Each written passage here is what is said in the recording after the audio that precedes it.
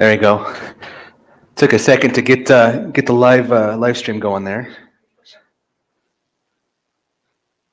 While we're doing that and get this pulled up, I know you can hear me because I can hear myself. My goodness, it's a little loud today. Well, good morning, church, and good morning to everybody streaming online. Welcome to our sanctuary. Yeah, that is really loud. Can we turn me down a little bit? Yeah, just a hair. It's a little overpowering. I said a little bit, not all the way, Tess. Okay. Yeah, just because I was catching that reverb myself, so that should be okay. All right. I know I'm soft-spoken, but I'm not that soft-spoken. My goodness. So, I know, right? I try not to yell into the mic. I don't want to be one of those guys going, ah, So, well, this morning alone has been pretty busy, has it not? We've had a lot of things going on just in here. Things are really getting busy all around. 'Tis the season. I think it has something to do with the bird months. I'm not sure. But you look at everything that's coming up. We got Halloween coming up later on this week. We've got Veterans Day. We've got Thanksgiving. We've got Christmas, New Year, and everything else that's in there. Whatever made up holidays on top of it, I don't know. But there's just this, that, the other, and I feel like I need a list just for what I'm talking about now. My goodness, it's a lot of stuff. But it's all coming at its full speed. It's going real fast. And, that doesn't even include taking into account work, or people going to school, or, just our daily lives in general. There's a lot piling up in there. There's a lot that we have to deal with and contend with, going to the grocery store. So it's very important that we prioritize things in our lives. All right. A lot of us, we like to make lists. We like to, talk things through with our significant others or our families.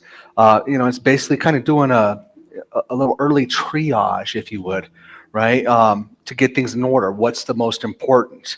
In triage, is it red? Is it black? And so on and so forth. So it's a big thing. Haddon Robinson shared an old recipe for rabbit. And it started out like this. First, catch the rabbit. He went on to say about the person who wrote the recipe. The writer knew how to put first things first. That's what we do when we establish priorities. We put the things that should be in first place in their proper order. Catch the rabbit. Kind of feel like I should have said that like Elmer Fudd. Catch the rabbit. We're not so different though. You think about, we all have things that we do. Even just getting up in the morning, we have our routines. For me, for example, I get up and I'm kind of for the first hour or so that I wake up, grunting like Tim Allen. Whereas, my wife, she wakes up and she's chipper as a squirrel and ready for her coffee and yoga, and I'm just wanting my shower, But we all have our priorities, And that's just an example. Everybody has different things. Humans are creatures of habit. We're all creatures of habit. We all have things that we want to do in a certain way we want to do them in. And some of these things that we do are good. Some of them are just okay. There's some room for improvement, right? Let's face it, we all have some bad habits. We have habits we need to break, habits that we need to redo or get away from completely, right? Some of those habits tend to lead us to sin. Do they not? So that's something that we need to focus on. And it's like, I know for some of you, like, bad habits? Really? With Christians? Surely you jest. No, I don't. And don't call me Shirley. You might have noticed around town, we have billboards and signs popping all over. It says breaking bad habits. It's capitalizing on a certain show that was filmed here, right? Same thing, that's just an anti-littering campaign. I think everybody in here has been guilty at least once or twice of throwing something out the window or dropping something on the ground, right? It shouldn't have. So, it's important. We all get caught up in these things, and when we do, it can be really hard to break away from them. And it gets really hard to lose sight. We kind of get hyper-focused, which is even worse when it's a bad habit, when we're doing bad things, when we haven't prioritized properly. All right, so with that said, let's go ahead and let's open our Bibles and our Bible apps. Okay, it was working. Maybe. Well, either way, let's open up our Bibles or Bible apps, whatever it is you're using, to Luke 10.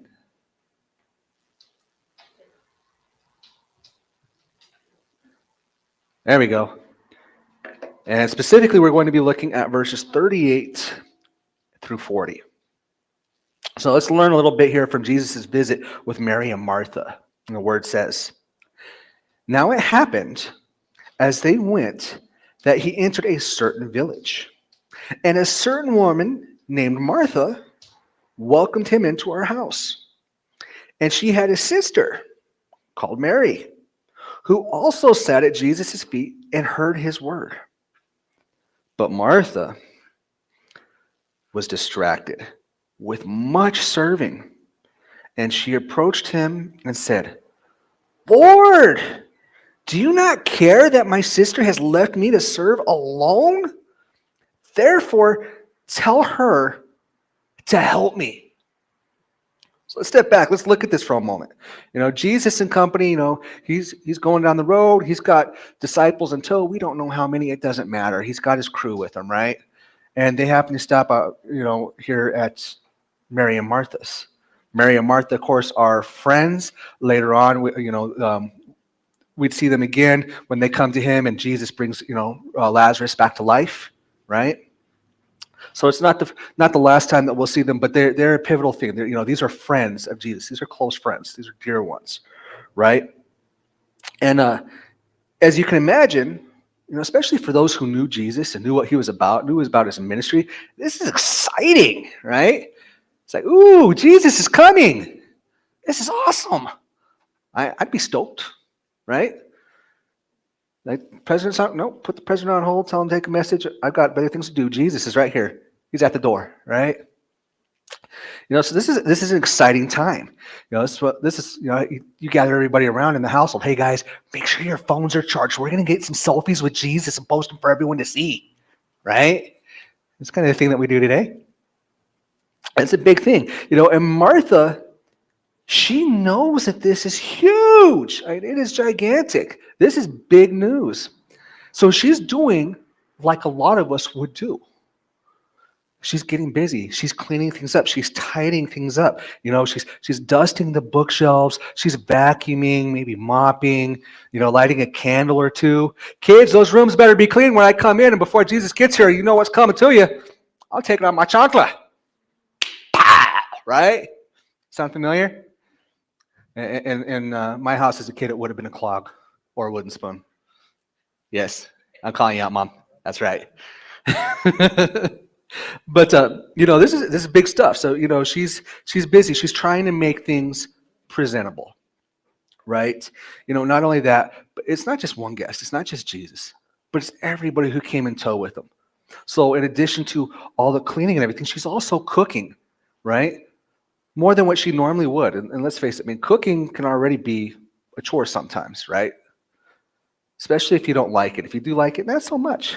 But when you have a lot of people coming in, that doesn't even have to be a lot of people. It could just be a couple people, right? And it's still a big thing to have to cook and to prepare for all these extra mouths. It's like, do we even have enough of this? Okay, what do I have? Let's put this together. What can we make? Do we need to go out and get more, right? So there's a lot at play here. And then, well, is there enough to drink? What do we have? Well, we got water on tap. Maybe a juice box in the fridge. It's like, Lazarus, are you back there? I need you to go to Walmart, right? We're picking up stuff. So she's out there. She's doing all this. She's trying to make the house presentable. She's trying to cater to her guests, make sure everything's in line. There's snacks. There's dinner. She's breaking out the fine china, maybe throwing out a tablecloth, all this kind of stuff. And over here's Mary.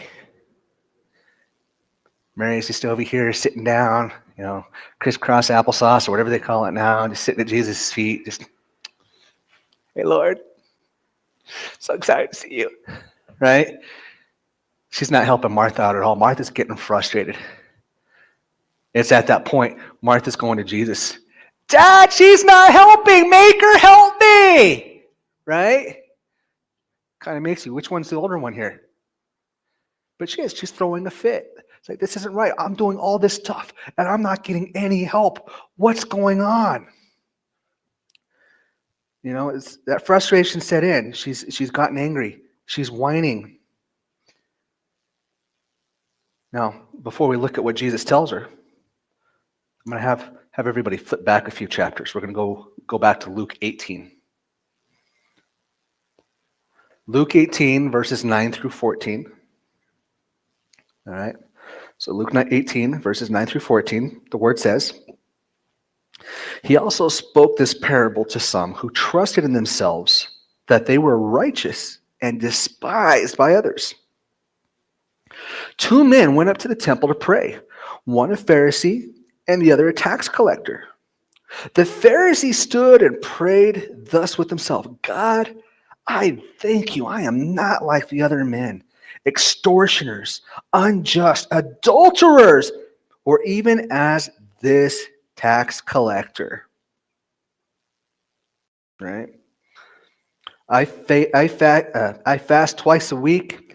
I give tithes of all that I possess. And the tax collector, standing afar off, would not so much as raise his eyes to heaven, but beat his breast, saying, God, be merciful to me, a sinner. I tell you, this man went down to his house justified, rather than the other. For everyone who exalts himself will be humbled, and he who humbles himself will be exalted. See, in this case, Martha's very much like the Pharisee, right? And by contrast, a lot of us are. She's tangled up in, I got to get this done. I have guests. This has to happen, and this has to happen. And instead of becoming a joyous event to look forward to and to cherish, it's become very legalistic, right?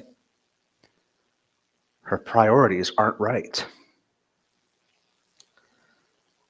It's very much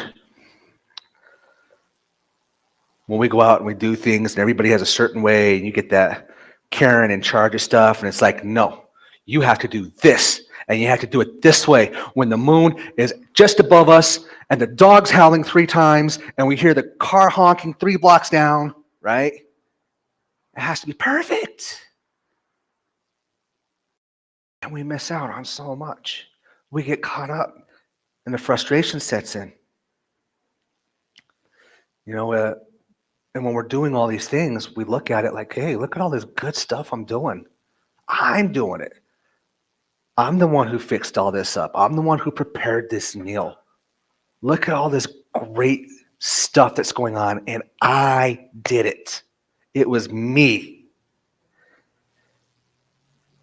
Can I have that cookie now? I've earned it, right? A little bit of entitlement comes along with it. That sense of pride.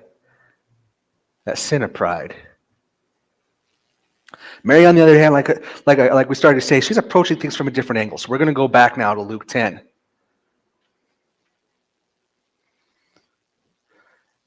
And this part right here, guys, this is really the most important part of this entire reading with Mary and Martha. It really is.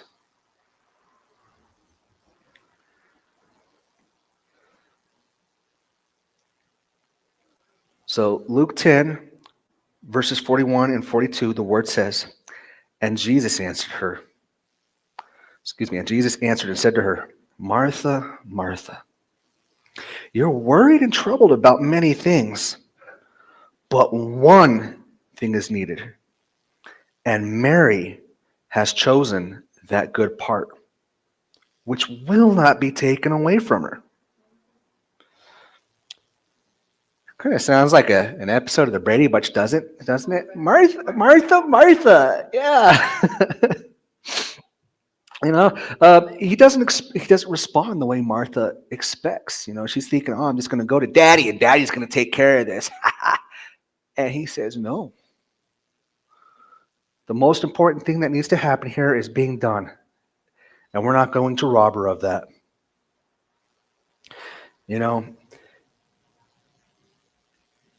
She expected one thing, and his response was very much like, hey, I know you have all this stuff on your plate. I know you're busy. I know that this stuff is important to you. But you need to step back and reprioritize. You need to shift your focus. You need to take account of what's going on here, what's in front of you, and figure out what the most important thing is, because it's standing right here. Now, he's not discrediting her, saying, hey, all this stuff that you're doing is garbage. Knock it off, right? He's not doing that. He is very loving here. He is telling her, though, that she's going about things the wrong way, right? Her intention is good, but the process that she's doing it in is wrong. I say, hey, it's nice. You're doing all this stuff. I can see you've worked really hard. The house looks great. The food smells wonderful. I'm really looking forward to it. But that's not what I'm here for. It's not what I'm here for. I didn't come to watch you clean. I didn't come to watch you cook.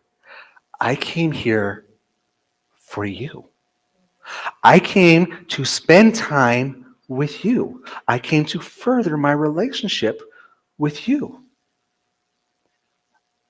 I came for fellowship with you because I love you. And he's telling all of this all the time, because we all slip and our priorities aren't where they need to be, are they? We all fail here. Mary, she figured out, yeah, things needed to be done. There was some good stuff that was happening in that house. There really was. However, Jesus is right here. He's actually come through the door physically. He's front and center, sitting right here in the house. And she's making sure that this guest especially has her full attention. The cell phone's been put away. The tablets are charging upstairs, right? The TV's turned off. Kids are playing outside, right?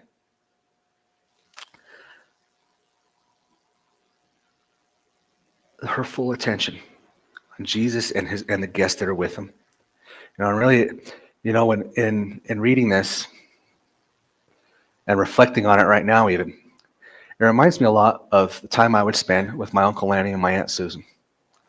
I'd come into town every so often. I'd stay at their house. I'd eat their food. And there's very similar contrast here. My uncle, he was a busy man. He had to work. I understood this. So typically during the day, he'd go off to work. My cousins would be wherever they were, whether they were in town, out of town, whatever activity. Sometimes I'd see them, and it'd be good. It'd be great. My aunt, on the other hand, was very much like Martha. She would be busy doing errands, taking care of chores, driving and taking care of this, driving and taking care of that, and I'd be left alone there at the house, watching TV, playing solitaire. I'm here for a short time. I don't really get to see her.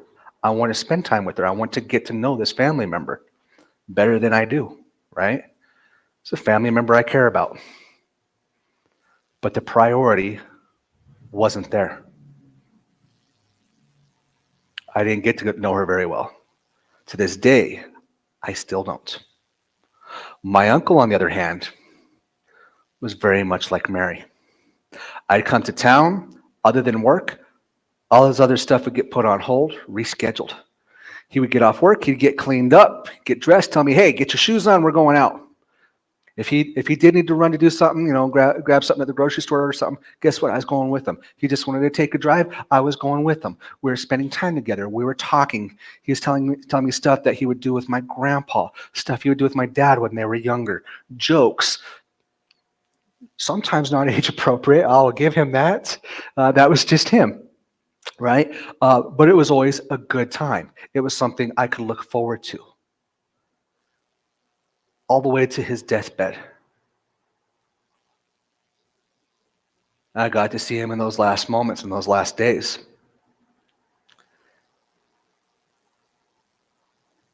And even at that point,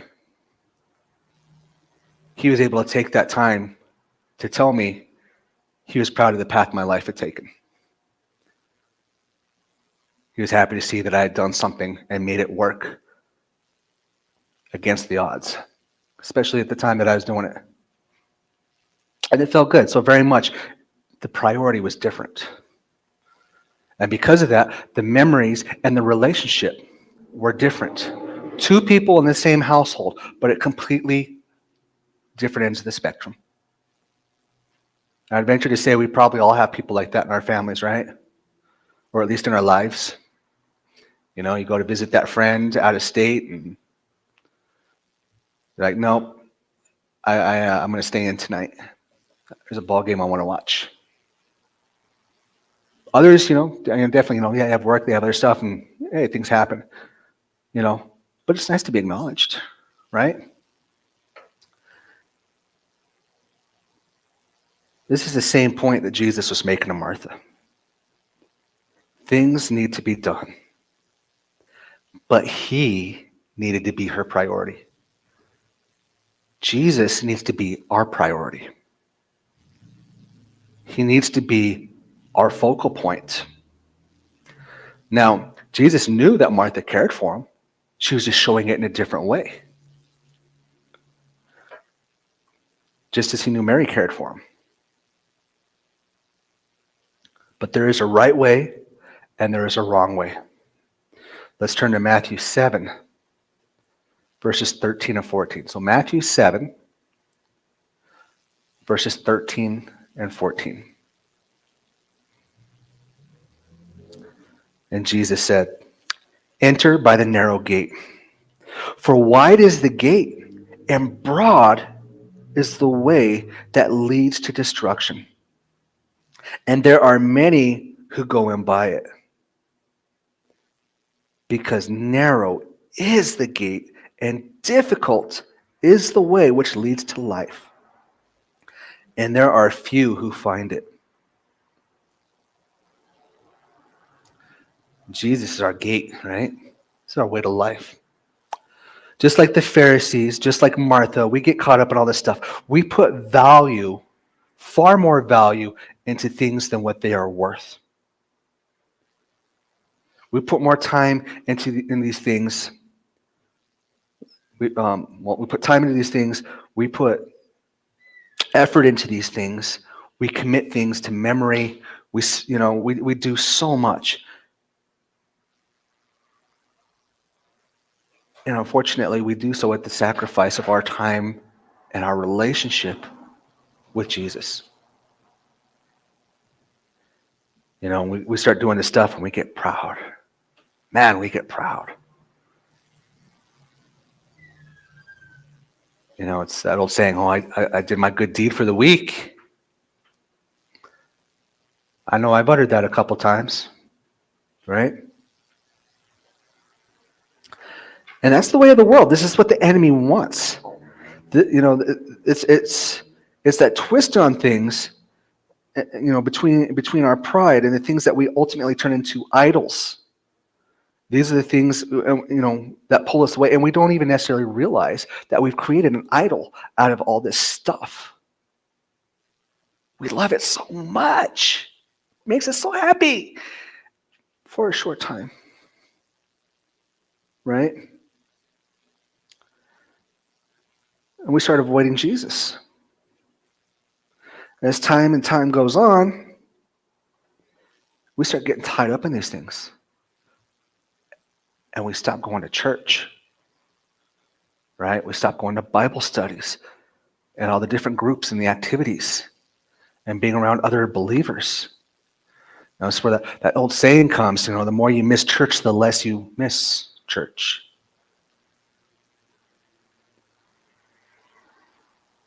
and you miss it less and less, and to the point that the church and Jesus become a stranger to you. They become a stranger. People turn, they walk away, they forget things, and it's less important. The ball game takes the priority over Christ.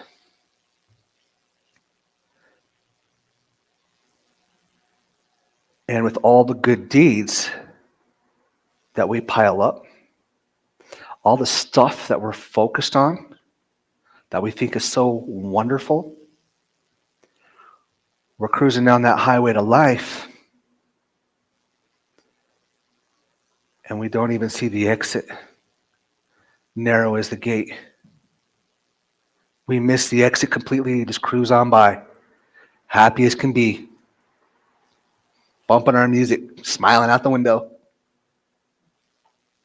Right? Here's the thing. This is the stuff, it makes us happy, makes us feel good, makes us feel like the popular kid. The popular kid, however, is often one of the loneliest because they know they're being used. Just like a king, people are going to them and trying to see what they can feed off of them, what they can get off of them, what they could take advantage of. Their looks, their stuff, their wealth, certain skills, right? And then as soon as they can no longer get it, they're gone. They disappear. But that was my friend. Well, were they? Were they? No.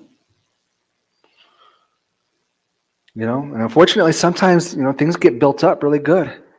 We see it a lot with actors and athletes. They're king of the hill for a moment. They got all this money, all this fame.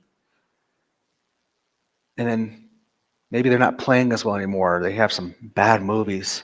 They're not earning what they used to. They can't pay what they used to. They can't have all this lavish stuff and give things away like they used to. And what happens? All these leeches find someone else to suck the blood off of, right? And they disappear. And now here they are, living in poverty,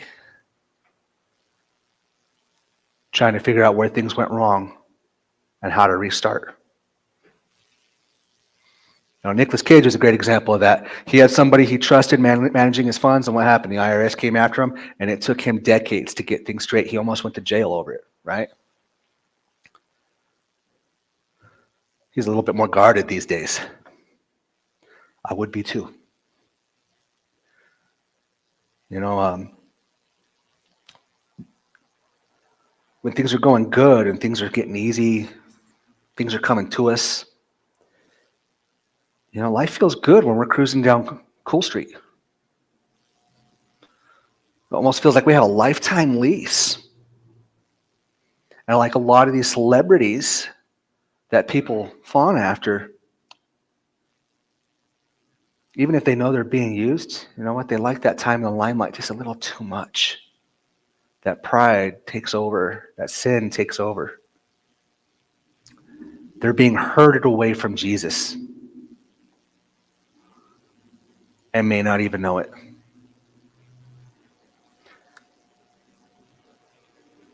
They don't even realize what they're worshiping, and often it's themselves. When it comes to the narrow gate, Jesus, he doesn't want the popularity contest. He doesn't want to win the popularity contest. He's not after that. He's after a real relationship with real friends. Real friends are family. These are people you can depend on when you need it. These are people who are there for you. And we only have a handful of real friends in life, right? You go to any church, and you see how many people are there. Not counting the mega churches. That's a whole different animal, right? But even some of the more popular churches here, and you see how people connect or don't connect. It's one of the nice things about being believers, right? True believers, kind of like veterans, we have a connection. You could just meet them for the first time. Matter of fact, Brian and I just did yesterday.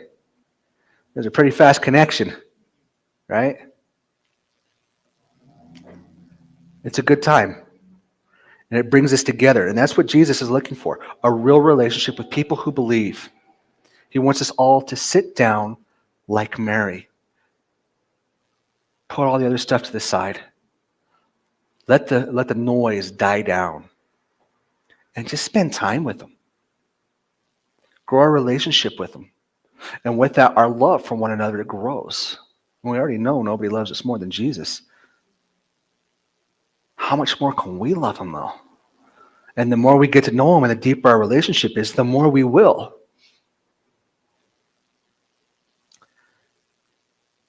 To truly love one another as friends. Because remember, he calls us friend. Not slave. We don't call him master. Friend. As we're adopted into the family. Right? And he's telling Martha and each of us, stop fiddling about. Come and listen to what I have to say. Come and talk to me. I'm right here. Talk to me. Tell me what's going on. Talk to me about your hurt. Talk to me about your challenges. Talk to me about your triumphs. I want to hear it all. I didn't come to sit around and watch you cook and clean. I came here for you. So stop what you're doing. Just chill out for a bit. It's one of those things we also have to keep in mind. This is where we need to form that relationship. This is our chance, our one chance to form that relationship with them is while we're here on this earth living this life. Because when our time here ends, and it will end for each and every single one of us, we're going to be standing there before the Father, and we're going to hear one of two things. It's either going to be gone, I never knew you. Or, hey, welcome home, friend. Come on in. Right? It's like, check out what I prepared for you. Look at what I've built for you. Look at all the treasure that has been piled up for you. Come and meet more of your family. Meet more of your family. That's a good feeling right there, right? People that you know care and love you. And that's what we'll be surrounded with in heaven. It's like we focus on God, we focus on Jesus, and yes, that's going to be wonderful. That right there, that's the enchilada. We got dessert waiting for us over here. Maybe an egg, throw it on top. Right? So, with that, I caution you. Wherever you are in your life right now, choose your heart. Choose your heart. A life of stuff now, or a life of some hardship and relationship waiting for us in eternity. Time with Jesus, time with the Father, or a time of torment in eternity. Look at the big picture and not the small picture. Choose your heart. Step back and listen to what Jesus is telling you. Listen to what he's putting on your heart. And keep him at the forefront of everything. Keep him front and center. Everything you do, you should be praying before, and you should be praying after. And if you have time to pray during, pray during. But talk to him all the time and in everything you do. Let us pray. Lord, we thank you for another day. We thank you for bringing us together at your feet so we could hear your words. We're so grateful for the things that you've done in our lives and all the things that you continue to do. We know we struggle. We know we misstep. We get lost in the day-to-day shuffle and just all the stuff that surrounds us, all the stuff that's coming at us, that day-to-day shuffle.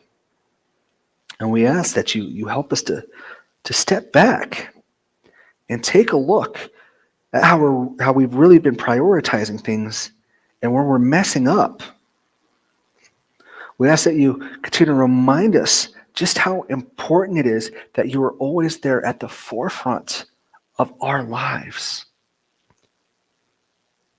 How important it is that we depend on you to help us get the first thing first, to catch that rabbit, meaning that we keep you involved in all things and always leading the way. Help us to prioritize. Help us to see the things that we're missing that we shouldn't be. Help us to see the things that we're putting too much value in and to move away from those things and put them back in their place where they belong. To let go of the things that you don't want us to hold on to.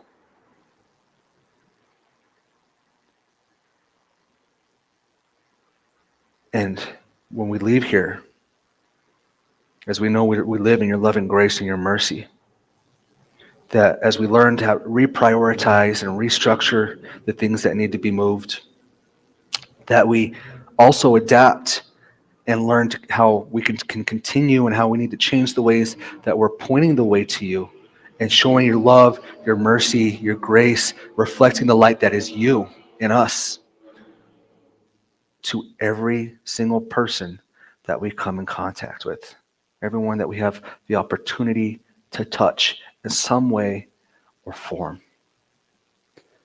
We love you, and we pray all this in the name of Jesus. And all his people said, Amen.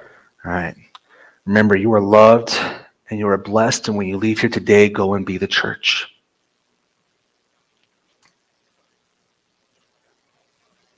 All right. Let's go ahead and stand for the benediction.